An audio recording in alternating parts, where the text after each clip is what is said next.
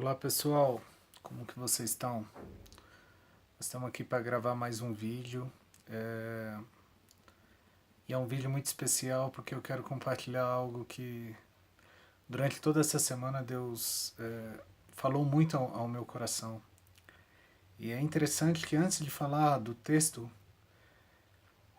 como a identidade, né, é importante na nossa vida e como às vezes nós sofremos com.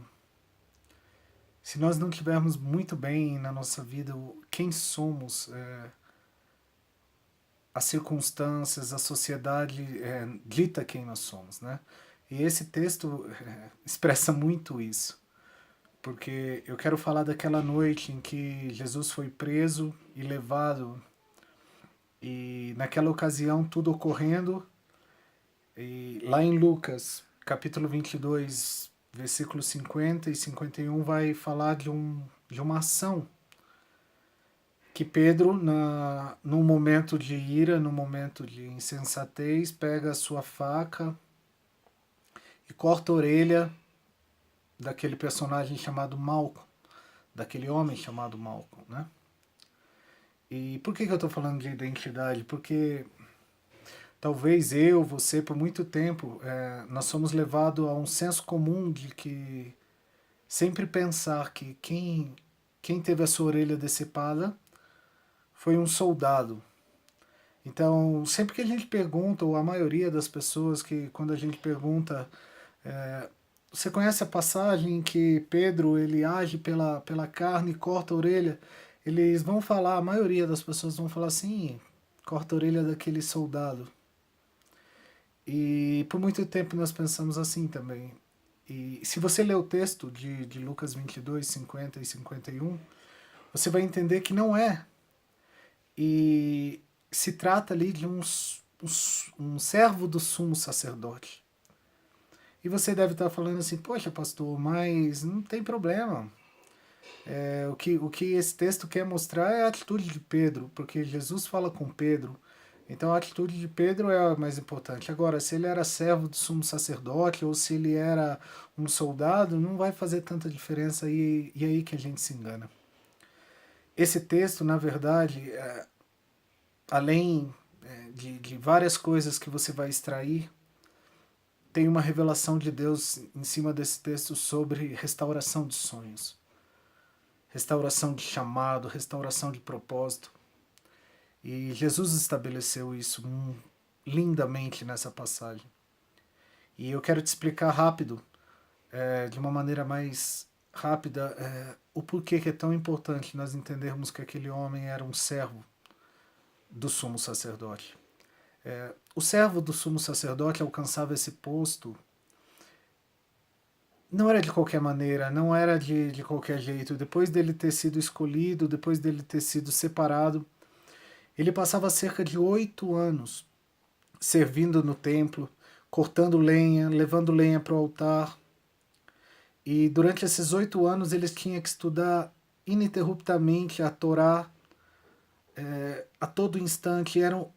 Seriam 8 anos de um preparo intenso para almejar e se tornar um sumo sacerdote.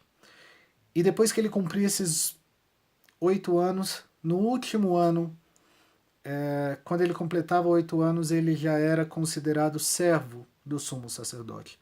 Então precisava desses 8 anos servindo para que ele conquistasse aquilo que ele dedicou à vida, dedicou grande parte da vida dele, com intensidade, com profundidade. E é interessante que quando ele está no último ano, ele tem que acompanhar o sumo sacerdote. Então Malcolm ele estava ali acompanhando. E ele estava ali porque ele precisava estar ali. A intenção dele talvez não fosse nenhuma outra, mas ele precisava estar ali. E, e tudo começa a mudar quando a gente entende isso, que ele não era um simples soldado. E Pedro, naquele momento de insensatez, naquele momento de justiça própria, pega a sua faca ou espada, mas eu prefiro pensar que é uma faca, e corta a orelha de Malcolm, e Jesus vê aquilo. E Jesus sabe quem ele era. Jesus sabe que aquele homem ele tinha um sonho. Jesus sabe que aquele homem passou uma vida dedicando a isso. E Jesus ele olha para aquele homem e ele abaixa, pega a orelha dele e restaura. Jesus ele não está tão preocupado com uma parte física da coisa, mas Jesus ele está preocupado com sonhos.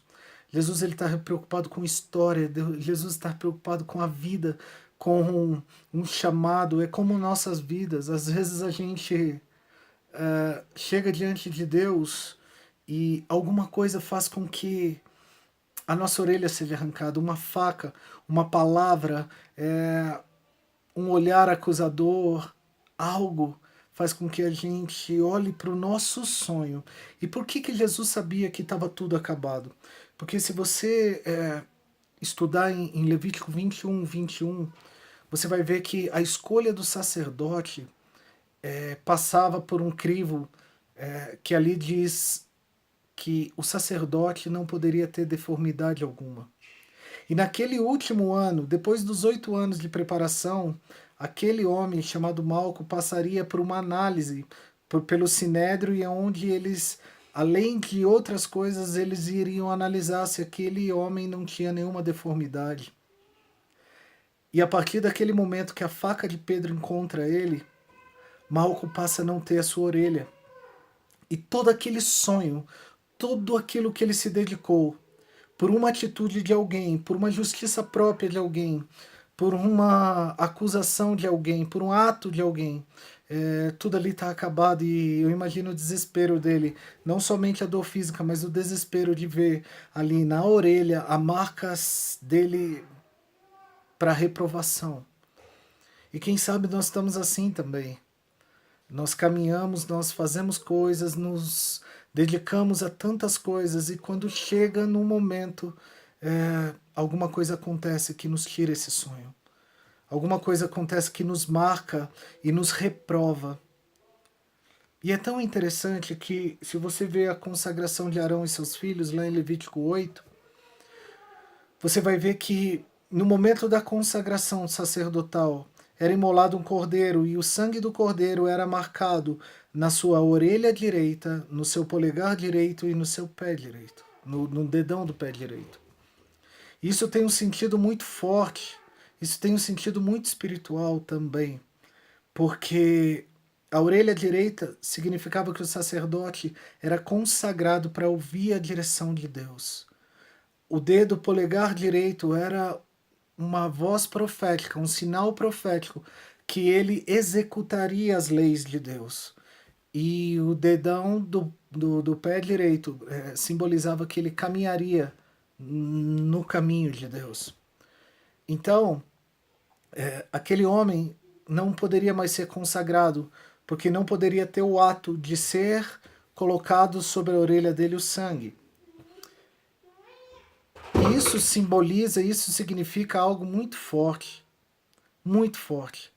porque muitas vezes ao tirar nossa orelha, ao tentar arrancar o nosso sonho, nós perdemos o principal, que é ouvir a direção de Deus.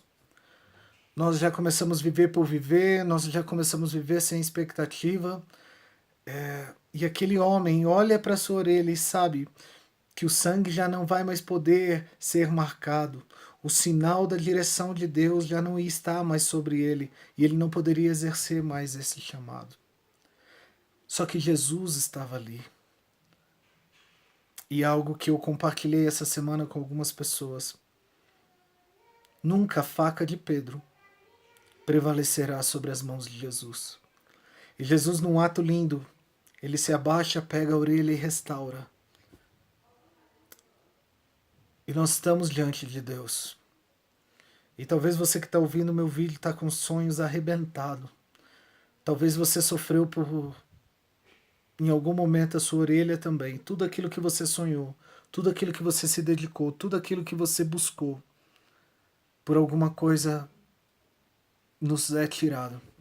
Mas eu quero falar para você que você está diante de um Deus que restaura sonhos. Que Ele trabalha para consertar tudo que estava deformado em nós. E o sangue do Cordeiro vai tocar a nossa orelha, o nosso polegar e o nosso dedo do pé direito, simbolizando que Deus vai restaurar a direção e a voz de Deus na tua vida. Que Deus ele vai alinhar o teu executar da palavra de Deus e os teus caminhos serão ajustados também. A tua orelha não vai ficar no chão. O teu sonho não vai ficar no chão. Porque ela caiu diante do Deus Altíssimo. Então que Jesus possa operar na sua vida. Que você possa receber essa palavra.